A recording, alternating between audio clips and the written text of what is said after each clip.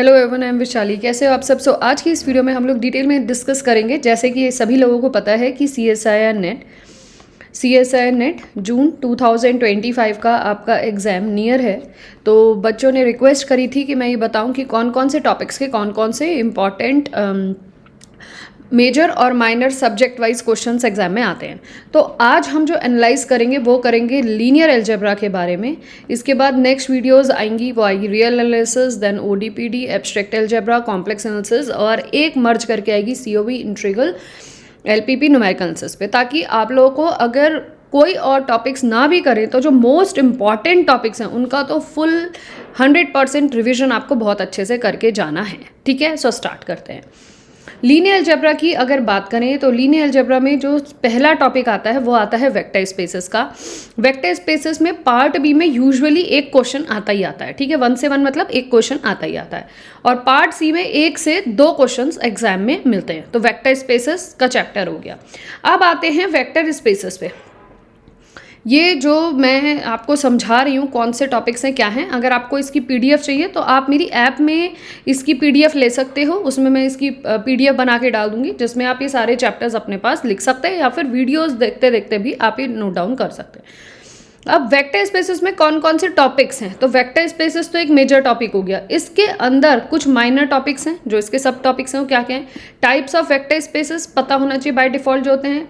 Linear combination, sub space, its properties, spanning set, linear span, linear independence, linear dependence, basis, dimensions, quotient space, counting of sub spaces, counting of basis of vector spaces. ठीक है, ये topics हमारे तैयार होने चाहिए इस vector space के topic के अंदर या वेक्टर स्पेस के चैप्टर के अंदर। ठीक है, अब आते हैं नेक्स्ट टॉपिक पे।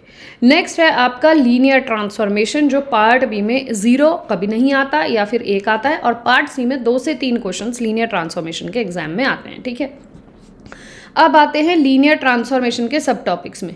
तो इसमें लीनियर ट्रांसफॉर्मेशन का आपका 1 स्टेप 2 स्टेप टेस्ट वो आना चाहिए। 1 linear transformation, onto linear transformation, इसी को आगे isomorphism of linear transformation, singular linear transformation, non linear transformation, connected है null space, rank nullity theorem, invertible linear transformation. These are most important इनकी theorems, इनसे related concepts. ठीक है, फिर projection, reflection, rotation of linear transformation. ये एक chapter खत्म हो गया लीनियर ट्रांसफॉर्मेशन का। इसके बाद जो नेक्स्ट चैप्टर आता है वो आता है representation of a linear transformation as a matrix, या फिर अलजेब्रा ऑफ लीनियर ट्रांसफॉर्मेशन, उसके अंदर ही हम पढ़ते हैं।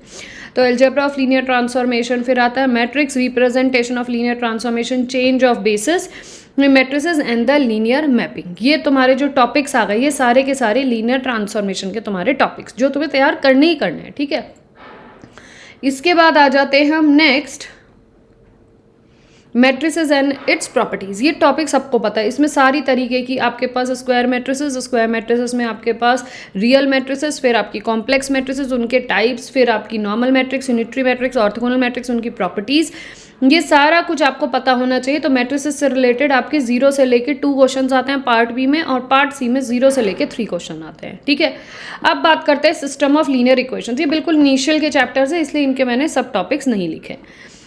सिस्टम ऑफ लीनियर इक्वेशंस में भी आपको पता है homogeneous type of system of linear equations, non homogeneous type of systems of linear equations, उनसे रिलेटेड जो ऑर्गुमेंटेड मैट्रिक्स है उसका रिलेशन, कब सॉल्यूशन एग्जिस्ट करता है, कब सॉल्यूशन नहीं एग्जिस्ट करता, वो सारा कुछ डिटेल में पता होना चाहिए।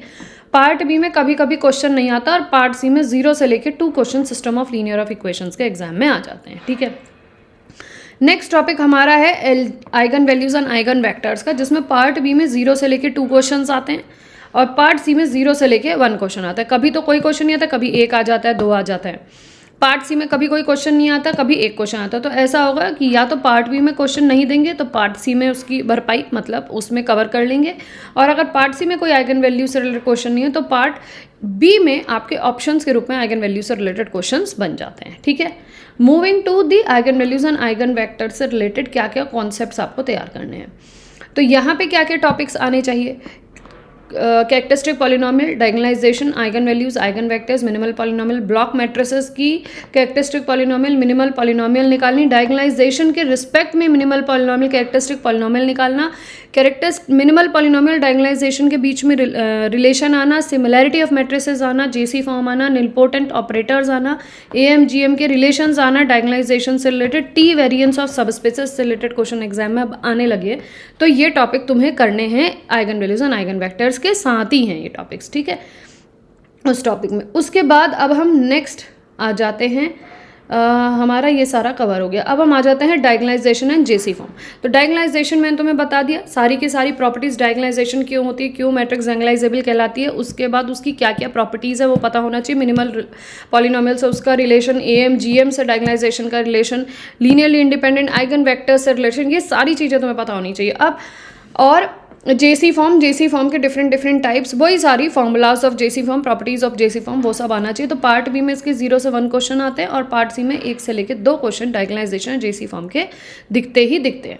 अब आ जाते हैं इनर प्रोडक्ट के पास। इनर प्रोडक्ट में पार्ट बी में 0 से 2 क्वेश्चन आते हैं, पार्ट सी में 1 से 1, मतलब 1 क्वेश्चन आता ही आता है। क्वाड्रेटिक फॉर्म में पार्ट बी में 1 क्वेश्चन आता ही आता है, पार्ट सी में 1 से 2 क्वेश्चन आते ही आते हैं, ठीक है। अब आ जाते हैं इनर प्रोडक्ट के सब टॉपिक्स पे।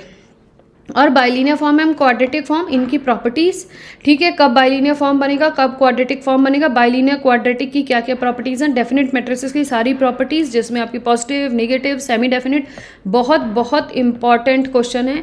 क्वाड्रेटिक फॉर्म, उसकी properties, real symmetric bilinear form से रिलेटेड जो प्रॉपर्टीज़ है वो सब आपको आनी चाहिए। इसके बाद आते हैं इनर प्रोडक्ट स्पेस पे, जिस पे प्रॉपर्टीज़ हो गई आपकी, ठीक है। बाय डिफ़ॉल्ट कुछ ऐसे इनर प्रोडक्ट स्पेसेस हैं जो बाय डिफ़ॉल्ट बनते हैं, वो उनकी डेफिनेशंस आनी चाहिए, उनके कॉन्सेप्ट्स आने चाहिए। ऑर्थोगोनल कॉम्प्लीमेंट से रिलेटेड बहुत इंपॉर्टेंट है, क्वेश्चन आ जाता है। ग्रैंड स्किमित ऑर्थोगोनलाइजेशन प्रोसेस जो है वो बहुत इंपॉर्टेंट है, इसको तैयार कर लीजिएगा।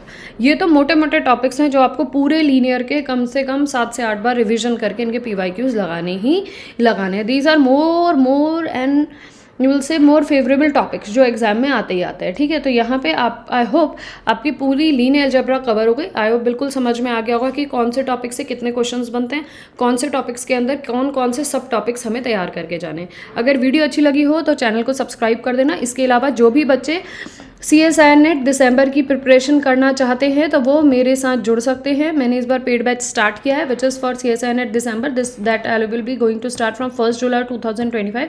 अगर ज्वाइन करना चाहते हैं तो आप मेरी ऐप में जाके ऑनलाइन ट्यूटोरियल बाय वैशाली.com उस पर जाके या तो ऐप परचेज कर सकते हैं या फिर धी लर्न एंड ग्रो मेरी ऐप का नाम है, उसमें जाके उस बैच को